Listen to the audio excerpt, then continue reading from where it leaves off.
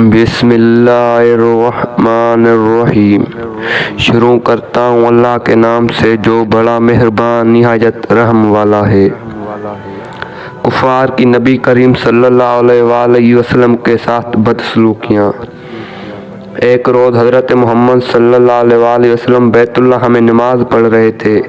عقبہ بن ابی معیط آیا اور اتنے میں اپنی چادر اتار کر رسول اللہ صلی اللہ علیہ وآلہ وسلم کے گلے مبارک میں ڈال دی۔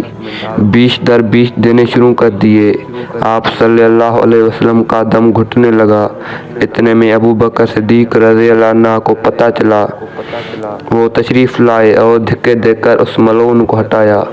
کفار نے آپ صلی اللہ علیہ وآلہ وسلم کو تکلیفیں دیں، کبھی جسم اطہر پر نجاستیں ڈالی، کبھی گلے میں پھندا ڈال کر کھینچا، گھر کے دروازے کے سامنے کانٹے بچھائے تاکہ صبح سویرے جب آپ صلی اللہ علیہ وآلہ وسلم یا آپ کے بچے باہر نکلیں تو کوئی کانٹا پاؤں میں چھپ جائے۔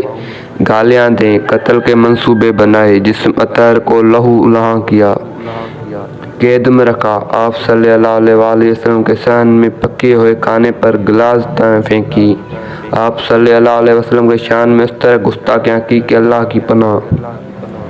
کبھی پاگل کہہ کر پکارا اور کبھی جادوگر، نعوذ باللہ، کبھی مزاحم کہا اور کبھی شاعر، اللہ کی پناہ۔ ابو لہب نے تو ایک مجلس میں یہاں تک کہہ دیا کہ محمد صلی اللہ علیہ وآلہ وسلم تیرے ہاتھ مبارک ٹوٹ جائیں، نعوذ باللہ۔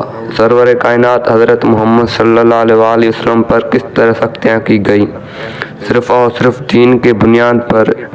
اللہ تعالیٰ کا لاکھ لاکھ درود و سلام ہو آپ صلی اللہ علیہ وآلہ وسلم پر اللہ تعالیٰ اور فرشتوں کی اور تمام انسانوں کی لعنت ہو جنہوں نے آپ صلی اللہ علیہ وآلہ وسلم کو پریشان کیا، آمین۔